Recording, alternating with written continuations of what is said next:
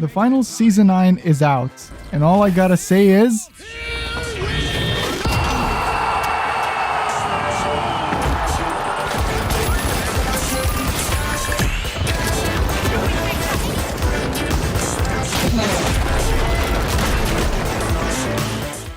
Season 9 brought us some great changes to the game, as well as introduced a lot of new stuff which I would like to go over today.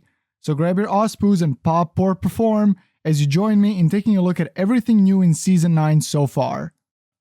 Let's begin with the obvious. No new weapons or gadgets. I personally have no issues with that, as we got 2 new weapons last season, those being the P90 SMG for the medium class and the BFR Titan revolver for the heavy class. We did get something new though. We got a brand new game mode. Well, at least new to the finals. Battlefield 4 players are going to be all too familiar with it, as it's basically rush game mode from Battlefield. This new core game mode is called Point Break. For those who don't know, it is an 8v8 game mode where attackers have to destroy a set of 3 objectives in 3 areas. Attackers have a limited number of respawn tokens, and if they use up all the tokens, the game's over for them. However, destroying the 3 objectives in the area resets the number of tokens for the attackers. Every death is a token lost, and every revive is a token gained. So defibs and revives are king in this game mode. And speaking of restoring respawn tokens, if you want to restore my respawn tokens, consider liking the video and subscribing, as it does help the channel a lot. Anyways, back to Point Break. The defending side has to protect the objectives and have unlimited respawns. They lose if attackers destroy all the objectives. I think the game mode is literally absolute batshit insanity, and with the destructible environment, it amps up the chaos to a whole new level. I will admit, in the beginning I was worried that the maps wouldn't be big enough for something like that to be, done properly. But I like the fact I was proven wrong. However, there was a itty bitty tiny issue I had with the game mode, and that issue was actually with the game's performance. There were occasional stutters here and there when chaos happened. While yes, running the game on a Ryzen 5 3600 CPU and an RTX 3060 GPU, I will admit, I did run my game on epic or high graphical presets. Oh my PC! Until now. So if you're experiencing issues like me, maybe it's time to, dial down those graphics a little bit. But aside from that, great game mode, and I encourage you to try it. Another new addition to the game is a brand new map, Fangwei City, a map that blends the traditional Chinese architecture with modern, almost cyberpunk looking buildings and alleyways. We've got tight alleyways, high vantage points, walkways and ziplines connecting different areas, and as IGN would say, it is a little something for everyone. And now my big question to Embark Studios is, why are you so keen on hiding the map from me?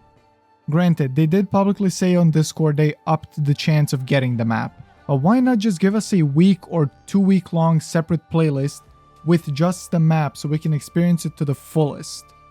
Benefits everybody. Hurts nobody. Like, Embark, the map is great. I want to play it, I want to learn it and explore it, but I have to rely on if the map rotation will let me.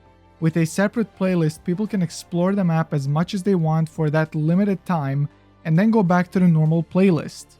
And speaking of game modes and playlists, we haven't suffered any casualties this season. This season, no game modes were removed.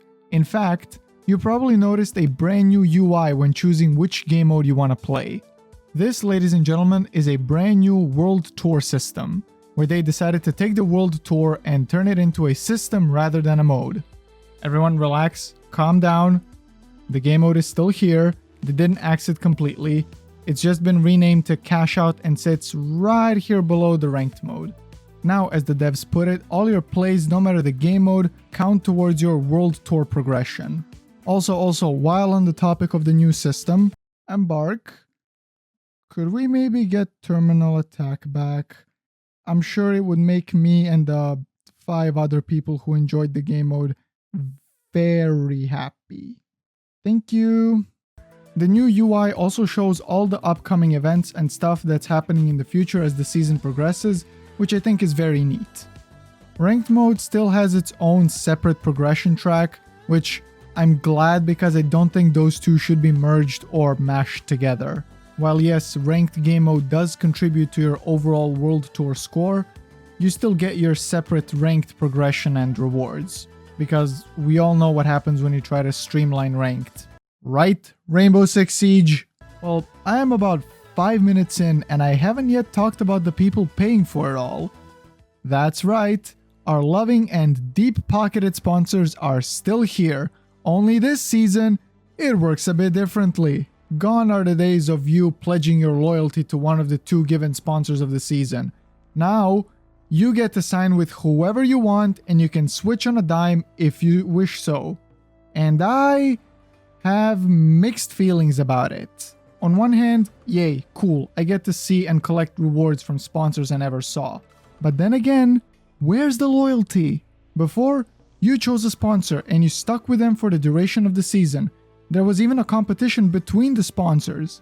Now, I feel like it doesn't really matter. Also, I'm not even gonna talk about how CNS isn't even on the list of sponsors. I don't care if they're not a company. They hacked themselves into the whole Season 7. You're telling me all of a sudden now they grew incompetent? I don't buy it. Give me back CNS. If you like the new system, good on you. To me, it's a bit iffy. Also, something I'd like to briefly touch on is this season's soundtrack. When I saw the theme in the reveal trailer, I honestly didn't think I'd vibe with it, but it turns out I do. The soundtrack slaps. It has tracks to pump you up like this one,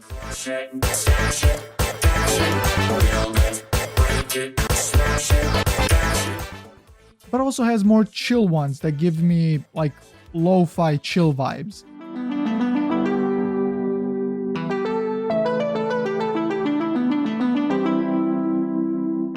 Once again, the music department absolutely cooked and we eating good this season. And the one last stop on our content train, the Battle Pass. Like I said in the soundtrack section before this, I didn't think I'd like and vibe with the whole Chinels aesthetic. I swear I am better than these jokes, I swear. Anyhow, Embark somehow managed to make the cosmetics so good they turned me into a believer. I think this season's Battle Pass looks cool as fuck. Of course, you got your standard premium pass and the ultimate deluxe €30 pass. So to take this whole thing and wrap it up, Season 9 brought a lot of meaningful changes to the game. Some I might not fully agree with, but we'll see. Maybe with time they'll grow on me. But let me hear your thoughts. What do you think of this season? Tell me down below and subscribe to the channel. See you in the arena, contestants, and stay safe out there.